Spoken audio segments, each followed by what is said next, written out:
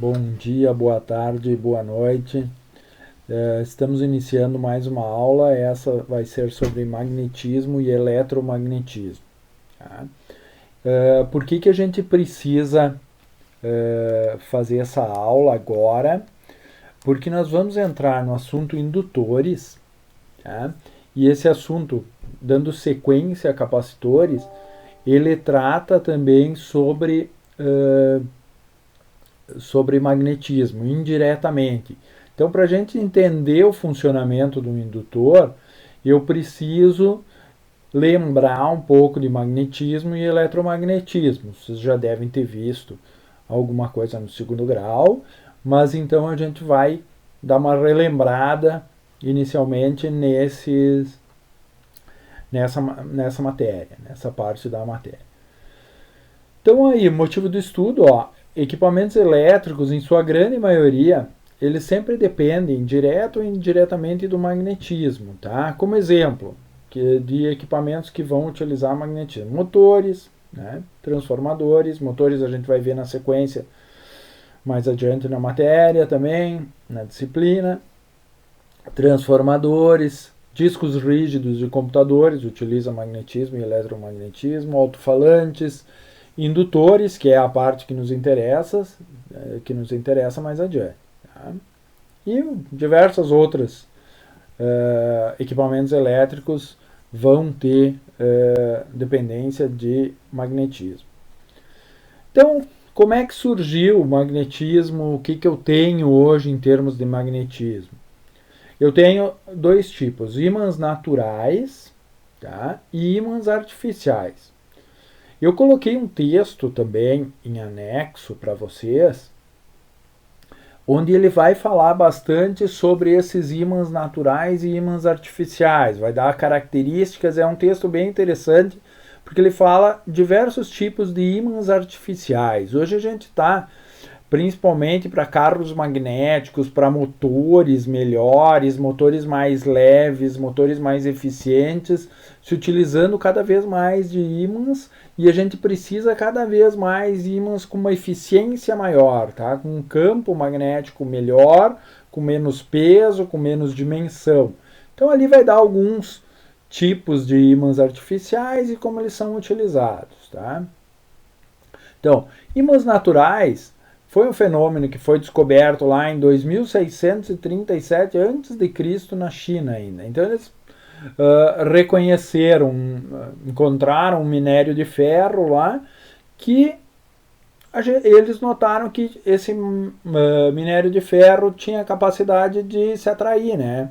Então ele exercia uma força natural entre um pedaço de minério e outro, que ele se atraía ou se repelia, né? Então esse minério de ferro também é conhecido como magnetita, e então eles perceberam esse fenômeno e começaram a utilizar, principalmente depois nas grandes navegações, começaram a utilizar como bússola, né? Então o lado norte apontava para o norte magnético da Terra.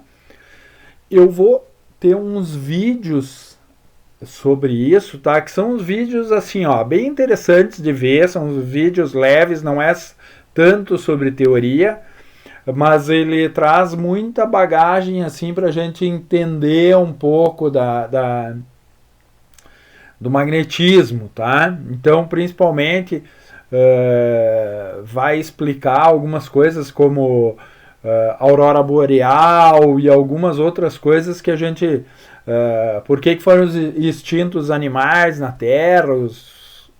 Então é interessante ver esses vídeos, são vídeos leves, fáceis de ver. Eu vou colocar ali no portal para vocês ali o link para esses vídeos. E eu sempre passo nas outras turmas, quando tem aula normal, eu também sempre passo esse vídeo para o pessoal conhecer. É bem interessante, a maioria do pessoal gosta, tá? Bem levezinho, assiste como um documentário ali, bem rapidinho, tá? Outra coisa, ímãs artificiais, tá? Vocês vão ver no texto em anexo ali, tem bastante explicação. Mas eles são fabricados pelo homem, tá? E existem diversas composições de material, certo? E possuem características das mais variadas. Então, dureza do material, temperatura, peso, intensidade de campo magnético, durabilidade e várias outras características que a gente vai escolher conforme o produto no qual a gente for montar ele.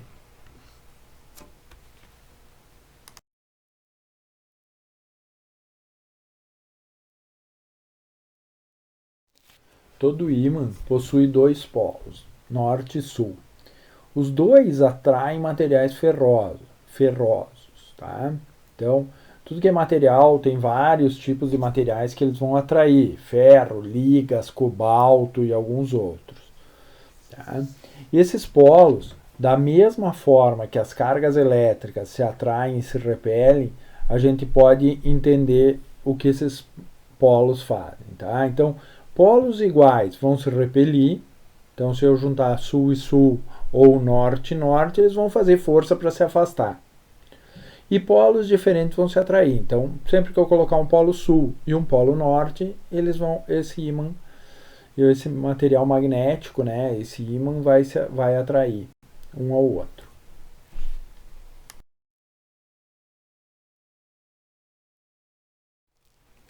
Aqui a gente chega à definição de campo magnético. Tá?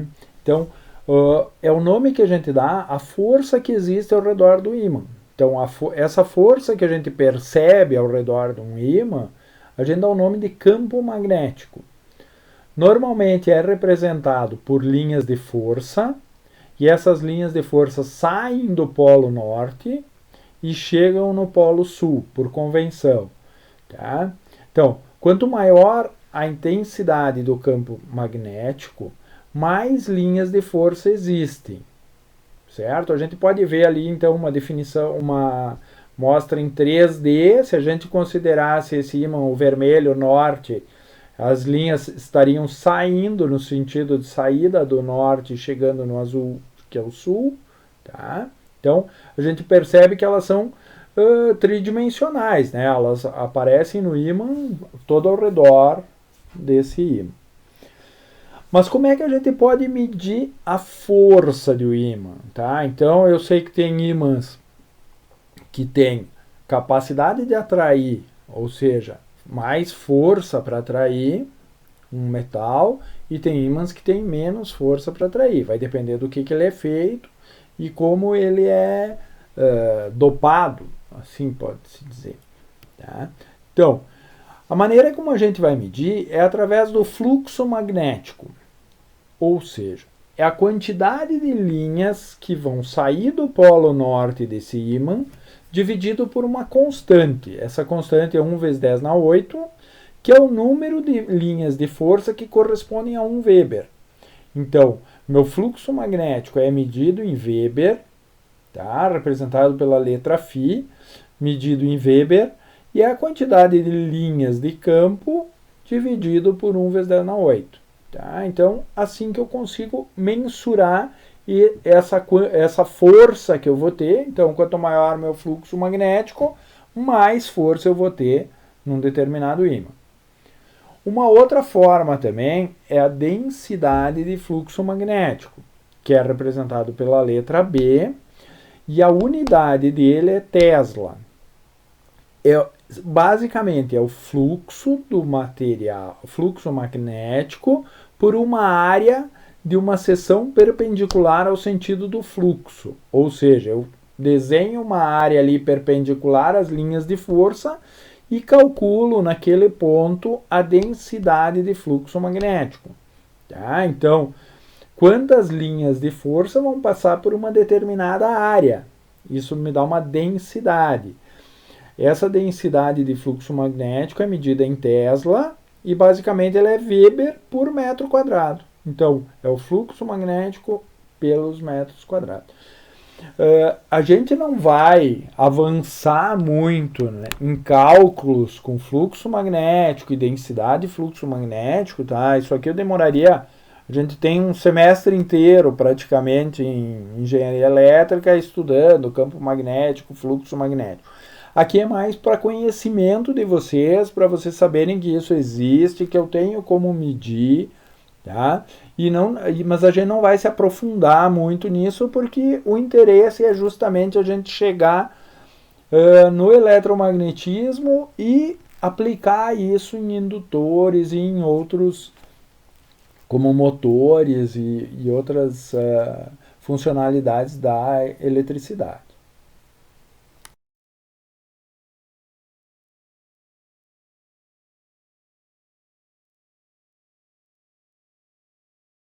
Vamos entender um pouco sobre eletromagnetismo. Ou seja, de que maneira a eletricidade está ligada com esse magnetismo. Até agora a gente viu os ímãs, de que forma a eletricidade, o movimento de elétrons está ligado com esse magnetismo. Então, em 1819, um cientista, Ørsted, descobriu, através de experimentos, né, que passando corrente elétrica num fio, ao redor desse fio se criava um campo magnético, linhas de força. Tá? Então as linhas de força aparecem quando se cria um campo magnético. Então pode-se ver aqui, ó, que para fazer esse experimento, para fazer esse teste, como é que a gente pode verificar, até muitas vezes isso é feito no segundo grau, em alguns colégios, né? Então passa a corrente por um fio, coloca um papelão ali com esse fio passando no meio e se distribui limalhas de ferro. À medida que passa a corrente, se formam os campos de força ou as linhas do campo de força nesse papelão. Tá? Então se organiza ali da maneira como está no desenho. Tá? Outra coisa que se percebeu também é que essas linhas de campo de força aumentam à medida que aumenta a minha corrente elétrica. Então eu passo mais corrente, eu tenho um campo maior do que se eu passo menos corrente.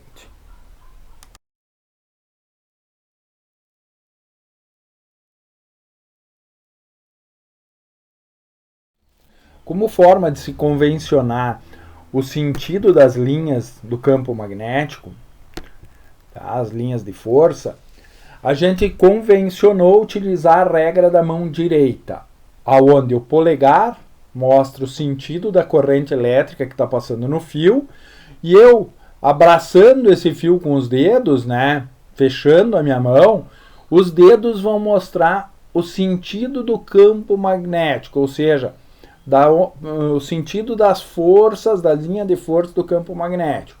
Tá? O próprio desenho aqui já mostra isso. Em alguns livros mais antigos, ou áudios e vídeos mais antigos, eles modificam para a regra da mão esquerda. Por quê? Porque eles ainda utilizam o sentido real do movimento de elétrons. Tá? Então, a gente viu já em outra aula que a minha corrente elétrica é do positivo para o negativo, e o sentido real da corrente elétrica é movimento de elétrons, então seria do negativo para o positivo. Então, quando algum livro ou algum material mais antigo for utilizado, eles vão falar na regra da mão esquerda. É a mesma coisa, só que ao invés de eu usar o sentido da corrente do positivo para o negativo, eu uso o sentido da corrente do negativo para o positivo, o que acaba dando no final o mesmo sentido das linhas de campo. Tá? Então é a mesma coisa, só que utilizada de uma maneira no sentido real da corrente, né, dos elétrons.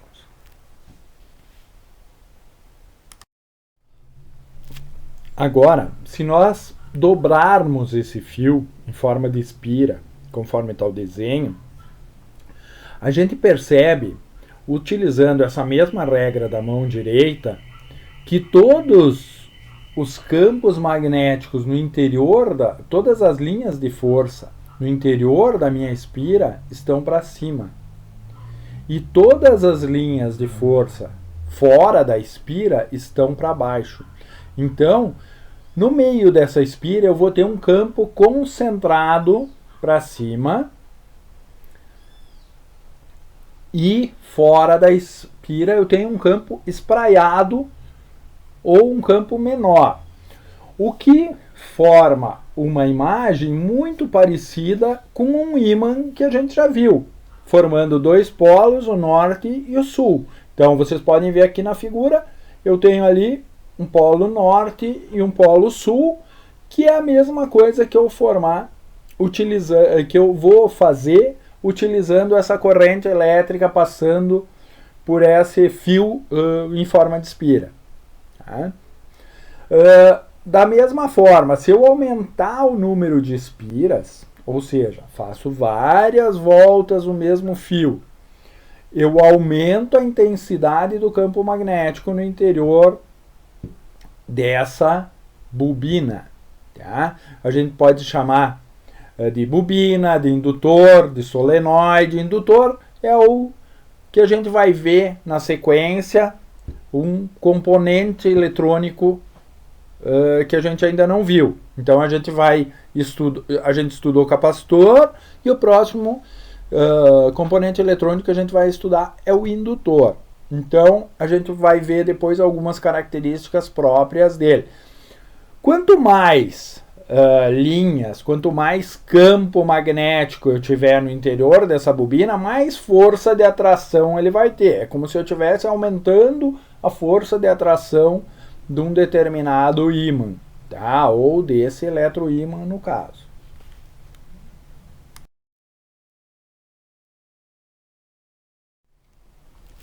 Aqui nós temos a regra da mão direita, então, para solenoides, onde, da mesma forma, o polegar agora vai apontar no sentido norte do campo da bobina, ou seja, onde saem as linhas de força. Tá? Então, meu polegar da mão aponta no sentido norte e os dedos apontam no sentido de fluxo da corrente, ou para onde minha corrente está indo. Então, eu posso ter uma força para baixo se minha corrente está como na imagem aqui, ou se eu inverter o sentido da corrente, eu vou colocar a mão para baixo e meu polo norte, eu vou colocar meu polegar para baixo e o polo norte, em consequência, vai estar para baixo também, invertendo o sentido da corrente. Tá? Força magnetomotriz, então, é uma das forças que a gente vai ter aí envolvida, onde N é o número de espiras que eu tenho, a quantidade de espiras, e a corrente elétrica. Então, quanto maior o número de espiras, maior a força, quanto maior a corrente, maior a força. Essa unidade de força é ampere-espira, tá? Ou AE. Ainda eu tenho H, onde é a intensidade do campo magnético, e essa intensidade do campo magnético também é dada em ampere-espira por metro, onde o metro, ou L ali, é o comprimento entre os polos da bobina. Então, se eu tenho uma bobina de 5 centímetros, por exemplo, e alonguei essa bobina, estiquei o fio somente, estiquei a espiral, continua a espiral, mas eu estiquei ela para 10 metros, então eu vou estar, ao invés de estar dividindo por 5 ali, estarei dividindo por 10 e diminuo essa intensidade do campo magnético. Então, no momento que eu tenho uma bobina mais compacta, com mais voltas próximas, eu aumento a intensidade do campo magnético, e no momento que eu diminuir, que eu afastar essa espira, eu diminuo essa força, essa intensidade de campo magnético.